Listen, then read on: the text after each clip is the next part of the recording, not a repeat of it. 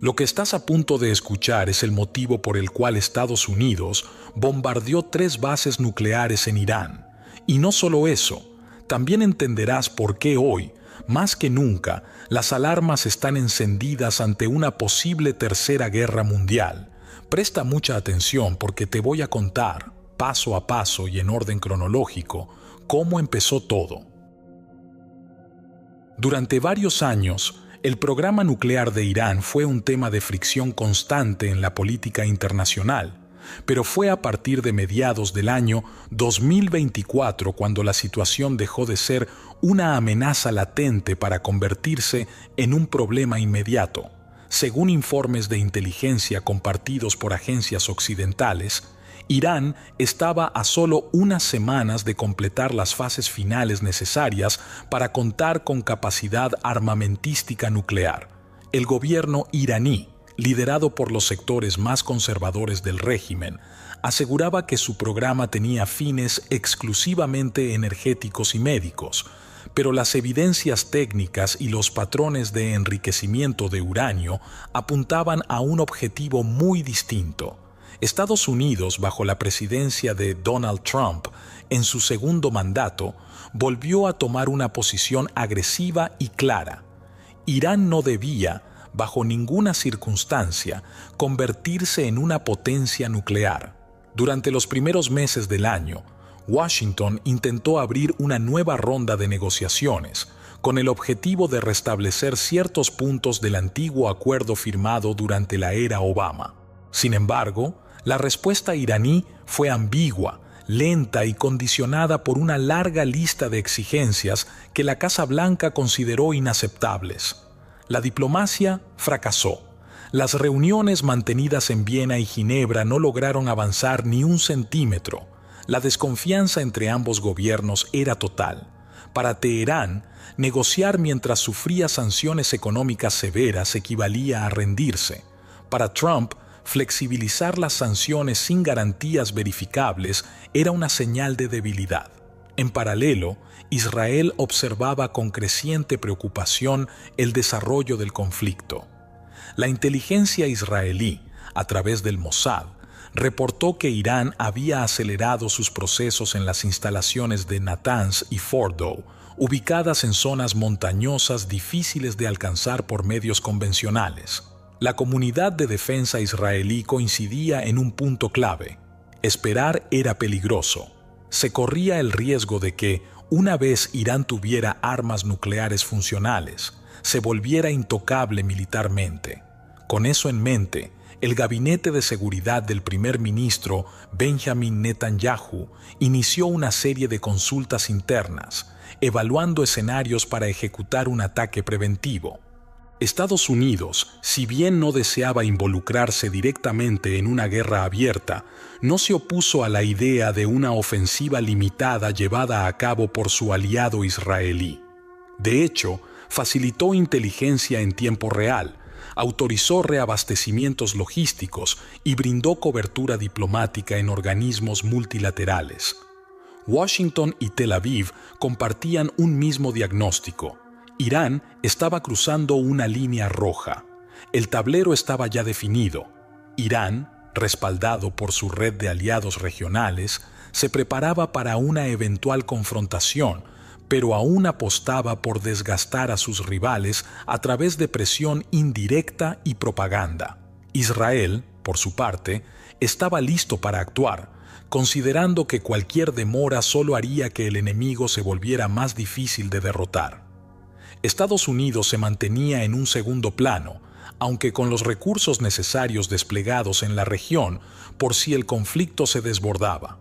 En ese contexto, la decisión israelí fue tomada. Con un nivel de sigilo que recuerda a sus operaciones más emblemáticas, planificaron un golpe quirúrgico contra los centros neurálgicos del programa nuclear iraní. Los drones ya estaban infiltrados. Las bases aéreas estaban en posición, solo restaba ejecutar.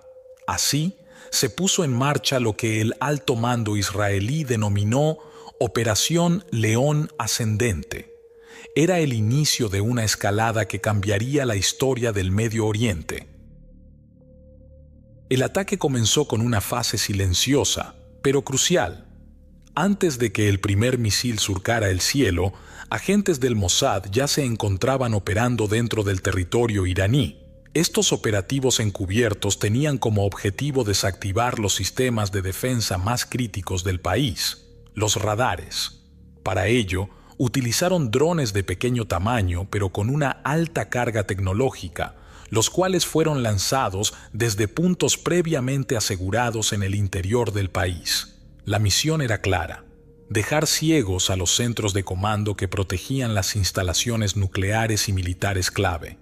Una vez que estos dispositivos lograron su cometido, la segunda fase de la operación entró en marcha. Desde bases situadas en Irak y desde portaaviones desplegados en el Golfo Pérsico, más de 200 aviones de combate israelíes, incluyendo modelos F-15, F-16 y F-35, se elevaron al unísono en una de las operaciones aéreas más grandes ejecutadas por Israel en su historia moderna. Estos aparatos, muchos de ellos equipados con armamento de precisión, comenzaron a impactar sus objetivos pocos minutos después del despegue. El primer blanco fueron los domicilios de altos mandos del régimen iraní en Teherán y Qom. Algunos de estos ataques dieron de lleno en sus objetivos y otros, al encontrarse en zonas residenciales, provocaron también la muerte de civiles.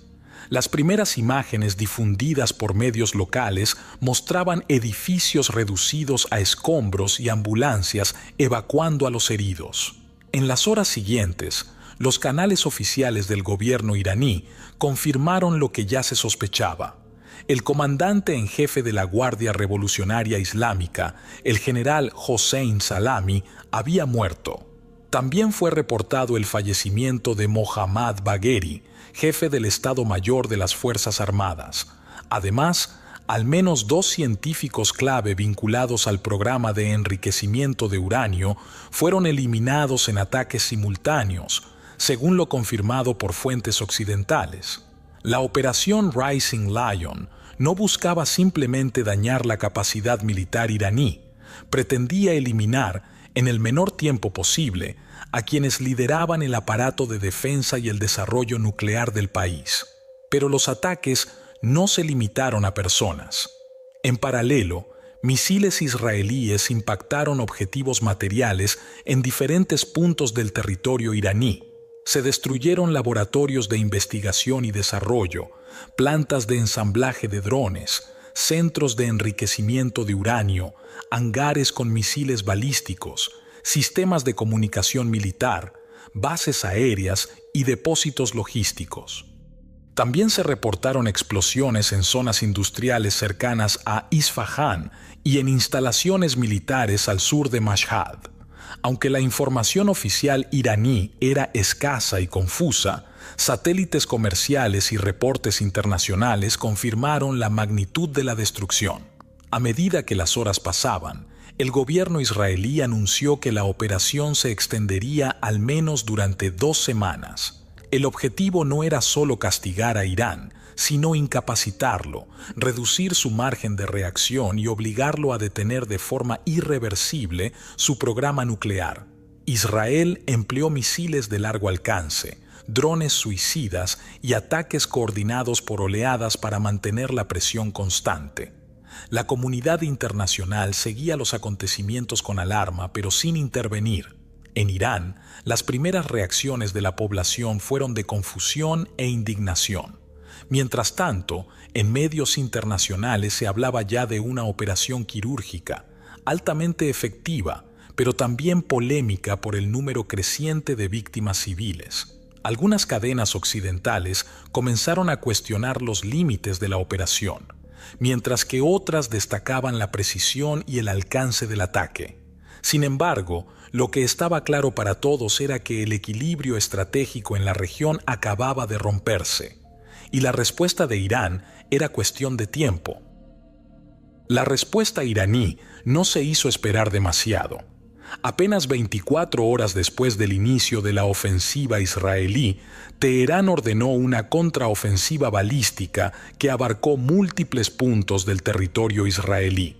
El primer ataque se estructuró en 3 oleadas, compuestas por más de 70 misiles balísticos lanzados desde diversas bases en el centro y oeste de Irán. Estos misiles apuntaron principalmente a zonas militares y sedes gubernamentales en ciudades como Haifa, Tel Aviv y Beerseba. Sin embargo, como suele ocurrir en este tipo de ataques, la precisión no fue siempre la esperada y varias de las explosiones ocurrieron en zonas residenciales o industriales, provocando daños colaterales y víctimas civiles. Simultáneamente, Irán desplegó una táctica que había perfeccionado en conflictos previos: el uso de enjambres de drones volando a baja altitud. Estos drones, diseñados para evitar los radares y saturar los sistemas defensivos, fueron dirigidos contra centros logísticos, puestos de mando y antenas de comunicaciones. Aunque su poder destructivo era limitado comparado con los misiles balísticos, su número y velocidad complicaron seriamente las labores de defensa aérea israelí. El objetivo no era solo golpear, sino también obligar a Israel a gastar una enorme cantidad de recursos en cada intento de intercepción. Israel, por su parte, activó de inmediato su red de defensa antimisiles, que incluye sistemas como el Domo de Hierro, el David's Sling y los Arrow 2 y Arrow 3. En la primera oleada, la tasa de intercepción fue altísima, cercana al 90%, lo que impidió una catástrofe de mayores proporciones. Sin embargo, conforme los ataques se hicieron más frecuentes y mejor coordinados, la eficacia de estos sistemas comenzó a reducirse. La razón era técnica y financiera al mismo tiempo. Cada misil interceptor lanzado cuesta entre 3 y 4 millones de dólares, lo que significa que, con cada ataque, Israel no solo enfrentaba un desafío militar, sino un drenaje económico brutal. En cuestión de días, el promedio de intercepciones cayó a cerca del 65%. Los comandantes israelíes se vieron obligados a tomar decisiones estratégicas, priorizar qué objetivos proteger y cuáles asumir como inevitablemente golpeados. Esta situación generó alarma en el alto mando y preocupación en el gabinete de seguridad. No se trataba únicamente de defenderse, sino de hacerlo de manera sostenible. Los cálculos hablaban por sí solos. Cada día de guerra costaba al Estado israelí unos 200 millones de dólares, buena parte de los cuales se iban en interceptores disparados al cielo. Uno de los episodios más sensibles para la opinión pública ocurrió el 19 de junio, cuando una combinación de drones y misiles perforó el escudo defensivo y alcanzó el hospital Soroka Medical Center en la ciudad de Beerseba. La explosión dejó 89 heridos, incluyendo personal médico, y provocó una fuga química que obligó a evacuar varias áreas del complejo sanitario. Las imágenes de pacientes siendo trasladados en camillas en medio del caos circularon por todas las cadenas internacionales y redes sociales. Fue el punto de inflexión en la narrativa global. Hasta entonces, el relato dominante era el de una operación quirúrgica por parte de Israel y una respuesta desorganizada por parte de Irán. A partir de ese ataque, la guerra se percibió como un conflicto de consecuencias imprevisibles para la población civil. Este episodio también sirvió como excusa para que varios gobiernos europeos pidieran un alto al fuego inmediato. Sin embargo, ni Teherán ni Tel Aviv mostraron intenciones de ceder. El conflicto ya no se trataba de simples objetivos estratégicos. Ahora también era una lucha de orgullo, desgaste y legitimidad ante el mundo. Durante las primeras fases del conflicto, Estados Unidos optó por mantener un rol indirecto, limitado a proporcionar inteligencia, respaldo logístico y cobertura diplomática a Israel. Aunque la administración Trump compartía plenamente el objetivo de frenar el programa nuclear iraní, la Casa Blanca no quería aparecer como protagonista de una guerra abierta que pudiese desatar una reacción descontrolada en toda la región. Sin embargo, esta posición cambió cuando entró en juego un objetivo específico que Israel, por más capacidad que tuviera, no podía neutralizar por sí solo: las instalaciones subterráneas de Fordow. Fordow no es una base cualquiera. Está construida bajo una montaña, diseñada precisamente para resistir ataques aéreos convencionales. Los túneles donde se lleva a cabo el enriquecimiento de uranio están reforzados con concreto de gran espesor y blindaje pasivo que hace que incluso bombas de alta penetración estándar resulten inútiles. Israel no contaba con el armamento necesario para ese tipo de blancos.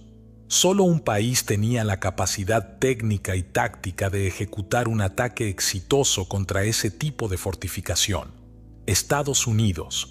La clave estaba en las bombas GBU-57, también conocidas como MOP, Massive Ordnance Penetrator, diseñadas para perforar hasta 60 metros de roca y concreto antes de detonar. Cada bomba pesa más de 13 toneladas y solo puede ser transportada por bombarderos B-2, los cuales partieron desde bases en territorio estadounidense continental con escala en Diego García, en el Océano Índico. La operación se ejecutó en sincronía con un segundo ataque desde submarinos posicionados en el Golfo de Omán, los cuales lanzaron misiles de crucero para neutralizar defensas periféricas y sistemas antiaéreos antes de que los B-2 cruzaran el espacio aéreo iraní. El ataque fue quirúrgico, calculado al milímetro. No se trataba de destruir por completo la base, algo que incluso con estas bombas resultaría complejo, sino de colapsar secciones clave, inutilizar laboratorios y dejar inoperativos los sistemas eléctricos y de ventilación.